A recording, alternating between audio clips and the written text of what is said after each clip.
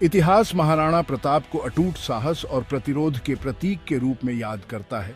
वो मेवाड़ के शासक थे जो भारत के पश्चिमी भाग में एक राज्य था।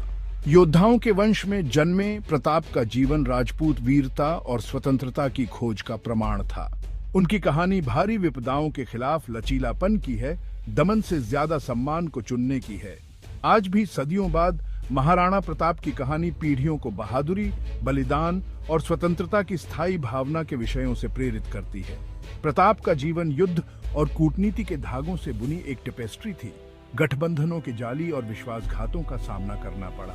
वो एक कुशल योद्धा, एक बुद्धिमान रणनीतिकार और एक दयालु नेता थे। उन्हें मुगल बादशाह अकबर के सामने झुकने से इनकार करने के लिए सबसे ज्यादा जाना जाता है। उन्होंने अपने राज्य की संप्रभुता के लिए लड़ना पसंद किया। यह निबंध इस महान राजा के जीवन और संघर्षों में तल्लीन करता है, उनके लोगों और उनके आदर्शों के प्रति उनकी अटूट प्रतिबद्धता की खोज करता है। महाराणा प्रताप की कहानी सिर्फ एक ऐतिहासिक वृत्तांत नहीं है, यह आशा की किरण है जो हमें याद दिलाती है कि दुर्गम चुनौतियों का सामना करने पर भी मानव भावना की जीत हो सकती है। उनका जीवन साहस, दृढ़ संकल्प और स्वतंत्रता की अटूट खोज की शक्ति के प्रमाण के रूप में कार्य करता है। महाराणा प्रताप के सिंहासन पर बैठने की जटिलताओं को समझने के लिए हमें मेवाड़ के इतिहास के एक महत्वपूर्ण क्षण में वापस जाना होगा। प्रताप के पिता और मेवाड़ के तत्कालीन शासक उदय सिंह को एक ऐसी दुविधा का सामना करना पड़ा जिसके राज्य के लिए स्थायी परिणाम हुए। कहानी शुरू होती है रानी धीरबाई भटियाणी से, जो उदय सिंह की रानी और प्रताप की सौतेली मां थी। अत्यधिक प्रभावशाली और राजनीतिक कौशल वाली महिला रानी भटियाणी ने मेवाड़ के भाग्य को आकार देने में महत्वपूर्ण भूमिका निभाई। किंवदंती है कि उदय सिंह ने कमजोरी के क्षण में रानी भटियाणी से वादा किया था कि उनका बेटा जगमल मेवाड़ के सिंहासन का उत्तराधिकारी होगा। हालांकि इस वादे ने एक संघर्ष पैदा कर दिया, क्योंकि परंपरा यह बताती थी कि सबसे बड़ा बेटा प्रताप ही असली उत्तराधिकारी था। जैसे जैसे उदय सिंह का स्वास्थ्य गिरता गया, उत्तराधिकार का प्रश्न बड़ा होता गया, जिससे राज्य पर छाया पड़ गई। रानी भटियाणी ने अपने वचन पर खरी उतरते हुए और एक मां के प्यार से प्रेरित होकर उदय सिंह को उनके वादे की याद दिलाई। उसने तर्क दिया कि राजा के अपने वचन को अंतिम आदेश बताते हुए जगमल को राजा का ताज पहनाया जाना चाहिए। दरबार बंट गया, परंपरा और राजा के वादे के बीच फंस गया। इस महत्वपूर्ण क्षण ने एक शक्ति संघर्ष का मंच तैयार किया जो मेवाड़ की नींव की परीक्षा लेगा। जैसे जैसे उदय सिंह का स्वास्थ्य बिगड़ता गया, उनके उत्तराधिकारी के नाम का दबाव बढ़ता गया। दरबार में फुसफुसाहट फैल गई। दरबारियों ने खुद को प्रताप या जगमल के साथ जोड़ लिया। उदय सिंह ने खुद को जगमल के लिए अपने प्यार, रानी भटियाणी से अपने वादे और ज्येष्ठाधिकार की परंपरा को बनाए रखने के अपने कर्तव्य के बीच फटा हुआ पाया। उनके फैसले का भार उन पर बहुत ज्यादा था, क्योंकि यह मेवाड़ के भविष्य का फैसला करेगा। एक विवादास्पद कदम में उदय सिंह ने रानी भटियाणी से अपने वादे का सम्मान करने का फैसला किया और जगमल को अपना उत्तराधिकारी बनाया। इस फैसले ने राज्य में सदमे की लहरें भेज दी, क्योंकि यह उत्तराधिकार के स्थापित मानदंडों के विरुद्ध था। प्रताप, जो अपनी बुद्धिमानी और अपने पिता के प्रति सम्मान के लिए जाने जाते थे, ने अपनी आकांक्षाओं से ऊपर राज्य की भलाई को रखते हुए इस फैसले को शालीनता से स्वीकार कर लिया। हालांकि जगमल ने महत्वाकांक्षा और अधिकार की भावना से प्रेरित होकर इसे अपनी जीत के रूप में देखा। उसका व्यवहार तेजी से अभिमानी और काहरिज करने वाला हो गया, जिससे दरबार के भीतर कई लोग उससे दूर हो गए। इसने इस विश्वास को और मजबूत कर दिया कि प्रताप अपने अंतर्निहित नेतृत्व गुणों और परंपरा के प्रति सम्मान के साथ मेवाड़ के सिंहासन के असली उत्तराधिकारी थे। जगमल के राज्याभिषेक पर मिलीजुली प्रतिक्रिया देखने को मिली।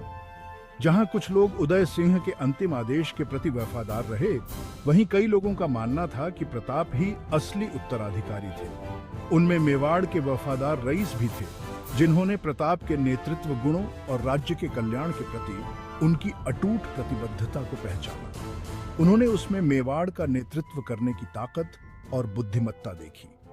उदय सिंह की मृत्यु के कुछ समय बाद घटनाओं के नाटकीय मोड़ में प्रताप को रईसों और लोगों के पूर्ण समर्थन से मेवाड़ का राजा क्राउन्ड किया गया। इसने प्रताप के शासनकाल की शुरुआत को चिह्नित किया, एक ऐसा शासनकाल जिसे उनके अटूट साहस और स्वतंत्रता के लिए उनके अथक संघर्ष से परिभाषित किया जाएगा। प्रताप का सिंहासन पर बैठना केवल एक राजनीतिक घटना नहीं थी, यह न्याय और परंपरा की प्रतीकात्मक जीत थी। इसने इस विश्वास की पुष्टि की कि सच्चा नेतृत्व अकेले जन्मसिद्ध अधिकार से नहीं, बल्कि योग्यता, साहस और लोगों के विश्वास से उत्पन्न होता है। प्रताप के दोहरे राज्याभिषेक पहले अपने लोगों की नजरों में और फिर औपचारिक समारोह के जरिए ने उनकी वैधता को मजबूत किया और उनके महान शासन के लिए मंच तैयार किया। भाग 5। मुगल की परछाई, अकबर की महत्वाकांक्षा और मेवाड़ के साथ संघर्ष। जैसे ही महाराणा प्रताप ने मेवाड़ की बागडोर संभाली, मुगल बादशाह अकबर के रूप में एक दुर्जेय चुनौती सामने आई। अकबर, जो अपने सैन्य कौशल और विस्तारवादी महत्वाकांक्षाओं के लिए जाने जाते थे, ने अपनी नजरें राजपूतों की भूमि पर जमा ली थीं। मेवाड़ अपने रणनीतिक स्थान और समृद्ध संसाधनों के साथ अकबर के अभियान का एक प्रमुख लक्ष्य बन गया। अकबर, एक चतुर रणनीतिकार, समझ गया था कि मेवाड़ के साथ सीधा टकराव महंगा पड़ेगा। उसने शुरू में कूटनीति के जरिए महाराणा प्रताप को अपने वश में करने का प्रयास किया, संधियों और गठबंधनों के प्रस्तावों के साथ दूत भेजे। हालांकि प्रताप अकबर की विस्तारवादी महत्वाकांक्षाओं से अच्छी तरह वाकिफ थे और मेवाड़ की संप्रभुता से समझौता करने को तैयार नहीं थे, उन्होंने मुगल बादशाह के आगे झुकने से इनकार कर दिया। प्रताप की अवज्ञा अकबर के अधिकार के लिए एक सीधी चुनौती थी। यह विचारधाराओं का टकराव था, दो शक्तिशाली शासकों का अपने अपने राज्यों के लिए विपरीत दृष्टिकोण के साथ। अधीनता का आदि अकबर प्रताप के इनकार से क्रोधित हो गया। उसने इसे अपनी ताकत का अपमान और अपनी शाही महत्वाकांक्षाओं के लिए खतरा माना।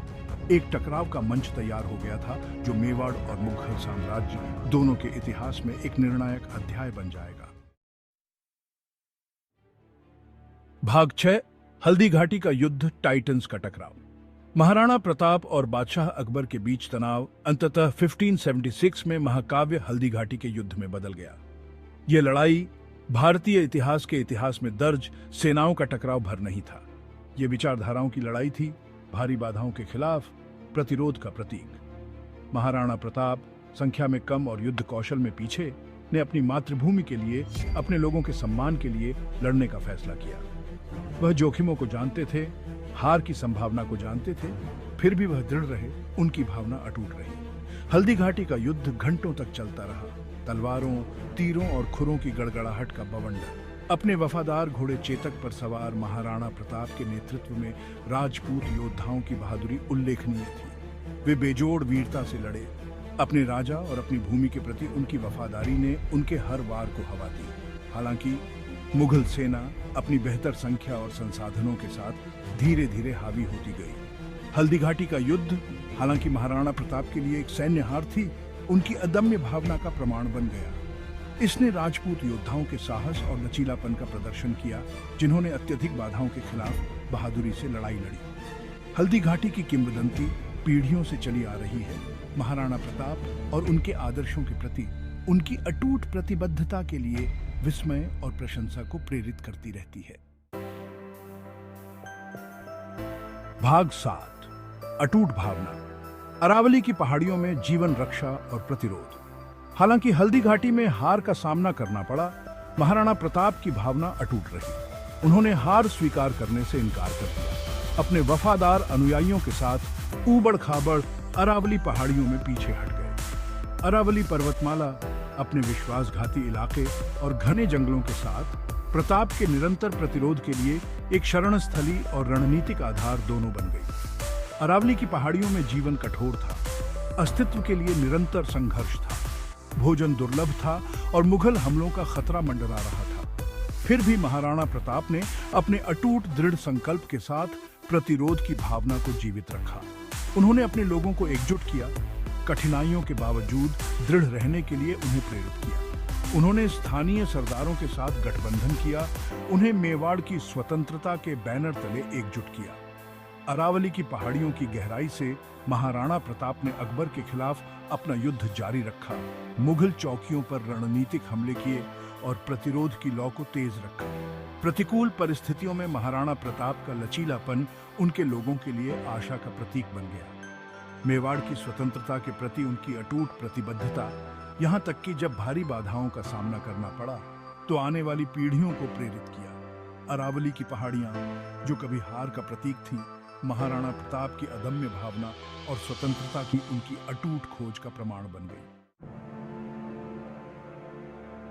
भाग 8, दिवेर पर पुनः कब्जा संघर्ष में एक महत्वपूर्ण मोड़। वर्षों के अथक संघर्ष और रणनीतिक पैंतरेबाजी के बाद महाराणा प्रताप ने 1582 में दिवेर पर पुनः कब्जा करके एक महत्वपूर्ण जीत हासिल की। दिवेर मेवाड़ के मध्य में स्थित एक रणनीतिक किला हल्दी घाटी के युद्ध के बाद मुगल हाथों में चला गया था।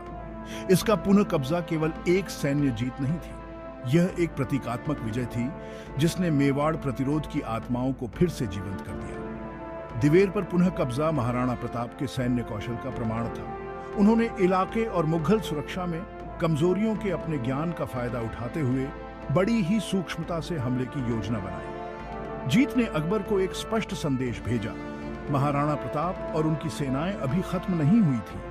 दिवेर की जीत का मेवाड़ प्रतिरोध के मनोबल पर गहरा प्रभाव पड़ा। इसने मुगलों के खिलाफ उनके संघर्ष में एक महत्वपूर्ण मोड़ को चिह्नित किया, जिससे साबित हुआ कि अकबर की सेनाएं अजेय नहीं थी। दिवेर पर पुनः कब्जा ने मेवाड़ की स्वतंत्रता की लड़ाई में नई जान फूंक दी, लोगों को अपने साहसी राजा के पीछे रैली करने के लिए प्रेरित किया। भाग 9, एक योद्धा की विरासत, मेवाड़ और उसके बाहर प्रताप का प्रभाव। महाराणा प्रताप की विरासत उनके सैन्य कारनामों से कहीं आगे तक फैली हुई है। उन्हें साहस, लचीलापन और अपने सिद्धांतों के प्रति अटूट प्रतिबद्धता के प्रतीक के रूप में याद किया जाता है। उनका जीवन और संघर्ष न केवल मेवाड़ में बल्कि पूरे भारत और उसके बाहर पीढ़ियों को प्रेरित करते रहते हैं। प्रताप का शासनकाल उनके लोगों के साथ उनके गहरे संबंध से चिह्नित था। वह उनकी कठिनाइयों को समझते थे, उनके सुख दुख बांटते थे।